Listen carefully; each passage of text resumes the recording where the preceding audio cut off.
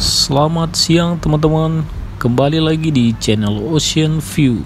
Untuk hari ini video berisi proses muat kapal KMP Adinda Windu Karsa yang merupakan kapal milik perusahaan pelayaran PT Windu Karsa.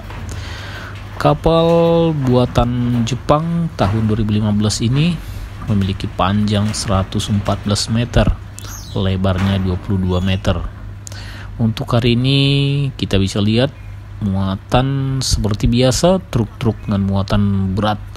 Kemudian ada truk driver dari Paimaham milik pengusaha sukses Simalungun, Sumatera Utara. Itu saja teman-teman, selamat menyaksikan videonya, semoga terhibur.